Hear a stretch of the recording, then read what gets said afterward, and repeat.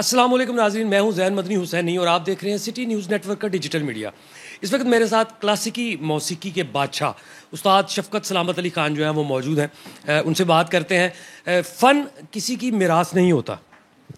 क्लासिकी मौसीकी में बहुत सारा जो टैलेंट है वो आगे आ रहा है कि क्या देख रहे हैं क्लासिकी मौसीकी के फ्यूचर को?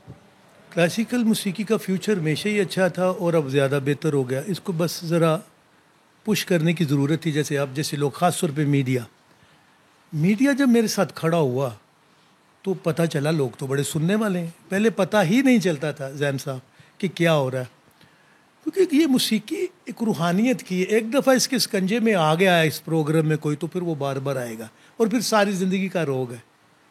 इन a way of love, not in a bad way. तो इसका मुस्तकबिल हमारे यंगस्टर के साथ है। माजी में एक बहुत बड़ा ड्रॉबैक रहा कि बड़े लोगों का नाम लेके, बुज़ुर्गों का, छोटों को, यानी कि हम घराने वाले जो लोग हैं, शाम शशि पटियाला, ग्वालियर या दिल्ली घराना, उन्हीं के बाप दादों का नाम लेके ये लोग हमें कह रहे हैं कि ये बच्चे। ऐसा नहीं होता, हर फूल की अपनी महक होती है। उसकी वजह से बीच में एक गैप आया। फिर मुझे ये ज़रूरत महसूस हुई कि चलो हम ये शाम शदी म्यूज़िक फेस्टिवल तो करते हैं, याद सलामत भी, इसके ज़रिए यंगस्टर्स को ज़्यादा प्रमोट किया जाए। जो लोग ऑलरेडी 40-40, 50-50 साल से गा रहे हैं उनको गाने दीजिए, लेकिन वो भी इसमें शामिल होते हैं 2 दिन के फेस्टिवल में। लेकिन ज़्यादा हमने कोशिश ये की कि यंगस्टर को दे, और सुनने वाले भी यंगस्टर आप देख रहे हैं। तो मेरा ख्याल इसका मुस्तकबिल बहुत रोशन है। अच्छा, मौसीकी की अगर बात की जाए तो आजकल कोई भी सिंगर जो है वो अपना जब गाना बनाता है तो वो हफ्ते बाद ट्रेंडिंग में रहता है, उसके बाद बिल्कुल गायब हो जाता है। लेकिन जो क्लासिकी मौसीकी है वो उसके सुर और उसकी जो भी क्लासिकी मौसीकी में चीज़ें आती हैं वो जो है वो ज़िंदा है। आज भी वही हैं, सुर पहले भी वही लगते थे, आज भी वही लगते हैं। कोई नई चीज़ जो है वो क्यों नहीं जो है वो सामने आ रही क्लासिकी मौसीकी में? उसका रीज़न ये है कि पहले उस दौर में एक टीम होती थी। याद बहुत बड़ी, आपको आर्काइव के लिए भी बात दे रहा हूँ, शायद आपको पता हो।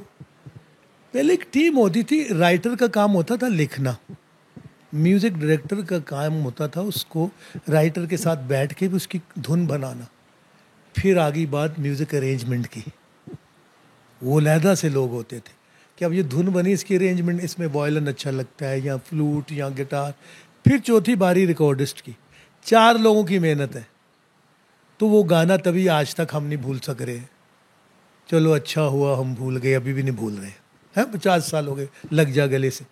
आज का गाना है कि आदमी वो म्यूज़िक डायरेक्टर भी है, राइटर भी है, धुन वाला भी है, अरेंजर भी है, रिकॉर्डर्स भी है, और फ़ख्र से कहता है ये मैंने खुद किया। वो हफ्ते बाद कहीं उसका पता नहीं चलता। जब तक मौसीकी में भी टीम वर्क ना हो, कोई चीज़ पॉपुलर नहीं हो सकती। और दूसरी बात, रूहानियत बहुत कमाल की चीज़ है। हर इंसान के अंदर एक दरवेश बैठा है, अगर वो बनना चाहे, अपने दरवेश को मार के बदमाश बन जाए, उसकी मर्ज़ी है, लेकिन अंदर है। This is, you have to decide which way you have to go. अब जैसे याद सलामत करने का मकसद, जैसे आप मदनी साहब खुद उसमें शामिल हुए, नईम मुनीब साहब, तार मीर साहब, नीस अख्तर साहब, लाहौरी ठाकुर साहब, ताहिर भाई, ये एक टीम थी हमारी।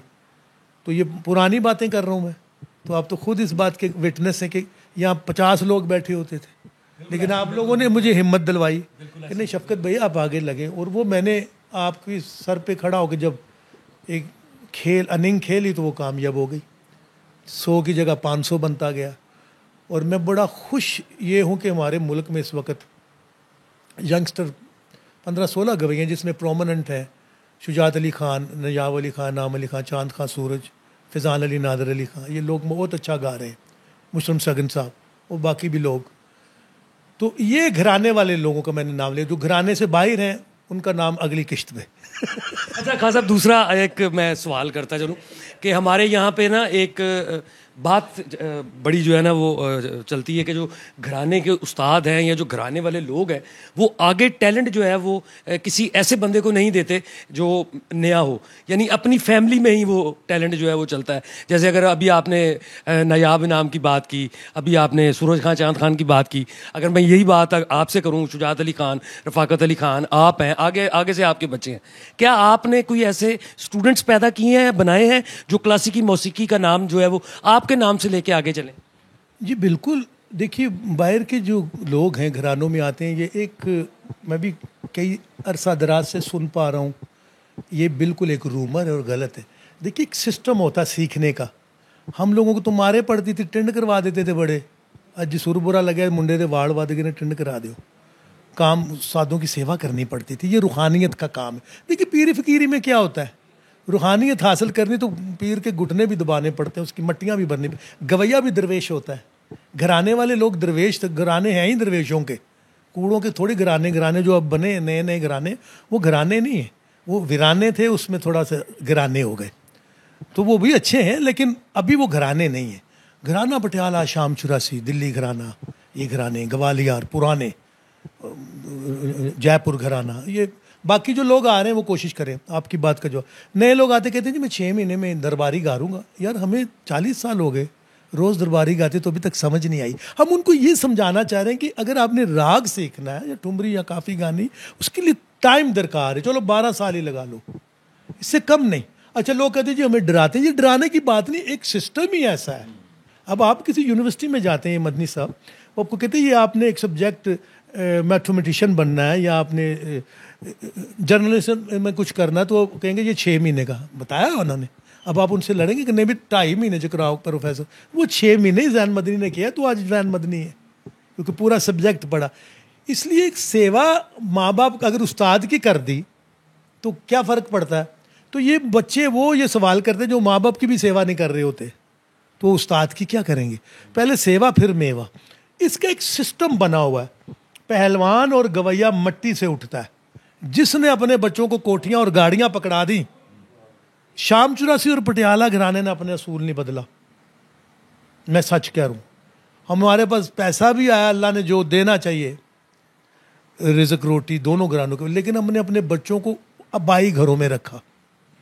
पटियाला घराना ने भी और शाम 84 ने भी ना उनके हाथ में मर्जिज दी और बोला हिस्ट तेरे आज करो वड्डे होकर, ना उन्होंने भी हमारा साथ दिया। बच्चों ने तो बने। हमारे साथ भी ये हुआ। सलामत अली खां बड़े आदमी थे, जो डिफेंस चले जो उधर, तो मैंने क्या करना डिफेंस, हमारा लग्जरिज्म से क्या काम है।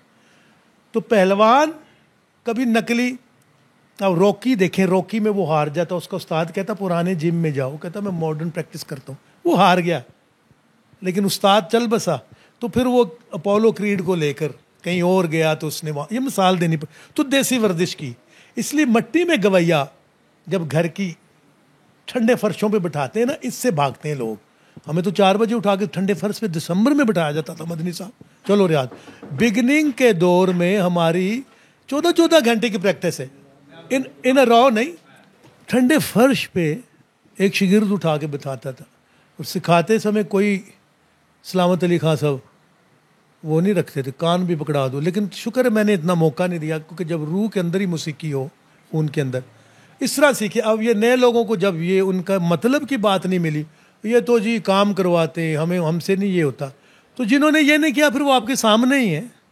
भी आप लाइट गाना गा के तो नाम कर सकते हैं, लेकिन आपके अंदर वो गायकी का वो तूफान जो है वो नहीं बरपा हो सकता। उस्ताद शफकत सलामत अली खान बतौर क्लासिकल गुलकार, क्लासिकल उस्ताद होने के साथ, किसको आज की नज़र में आप समझ रहे हैं कि ये अच्छा क्लासिकल गुलकार है, जो फ्यूचर में जो है क्लासिकी मौसीकी का नाम रोशन करे। मैंने ऑलरेडी बोला, फैज़ान अली खान, नादर अली, नजाब इनाम और मुस्लिम शगन, इन लोगों पे मुझे बड़ी ज़्यादा उम्मीद है, और ये अभी अच्छे हैं अपनी एज के हिसाब से, और ये कर्तव्य उन्होंने और अच्छे होना, और बाकी भी बहुत से लोग कोशिश कर रहे हैं। रही आपकी दूसरी बात शागिर्दों की, और चांद सूरज बहुत अच्छा गा रहे हैं वो भी, और ये मुरादबंद भी हैं। जब तक मुरादबंद ना हो बंदे का मज़ा नहीं आता। मुरादबंद की पहली जुज़ है सीखने का, तो ये लोग गा रहे हैं और बहुत अच्छा गा रहे हैं। और एक और बात, गवैया बच्चा नहीं होता, अंदर इनके 60-60 साल के बाबे की रूह है, जिस्म 20 साल के बच्चों का है। तो ये बात अब पब्लिक मान ले, यही हमारा फ्यूचर है। अगर हम नहीं इनको आगे करेंगे तो फिर किसने करना, फिर कौन आएगा। मारने वाले तो खड़े, इतना ऐसे हम गिरे थे खाई में, और मैं इस तरह सबको ना एक रस्सी लटका के लेकर के आया हूँ ऊपर इन 25 सालों में, आप लोगों के साथ। आप खुद गवाह हैं जैन मदनी साहब, आपने खुद हमें अलमरा लेके दिया हुआ है। बिल्कुल ऐसी है, बिल्कुल ऐसी है। अच्छा, आखिरी सवाल, क्या आप समझते हैं कि क्लासिकी मौसीकी को ज़िंदा रखने के लिए हुकूमत को भी कुछ करना चाहिए? आशियाने की बात करते हो, दिल जलाने की बात करते हो, आशियाना कहाँ मिलेगा? तो मैं रिक्वेस्ट सीधी प्राइम मिनिस्टर साहब से एंड प्रेसिडेंट जरदारी साहब, ये बहुत समझ वाले, सोच वाली शख्सियात हैं।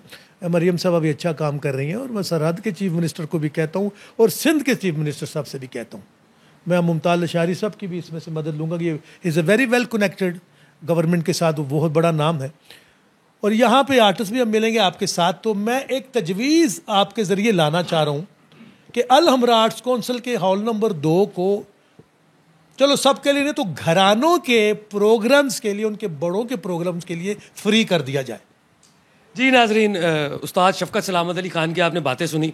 क्लासिकी मौसीकी को ज़िंदा रखने के लिए वो तो कर रहे हैं, याद सलामत भी करते हैं, उसके अलावा और भी क्लासिकी मौसीकी के प्रोग्राम्स करते रहते हैं। लेकिन उन्होंने गवर्नमेंट से अपील की है, सदर पाकिस्तान से, वज़ीर आज़म पाकिस्तान से और तमाम सूबों के जो वज़रा आला हैं उनसे, कि क्लासिकी मौसीकी को ज़िंदा रखने के लिए हुकूमत को भी अमली तौर पर जो है वो कदम उठाना चाहिए।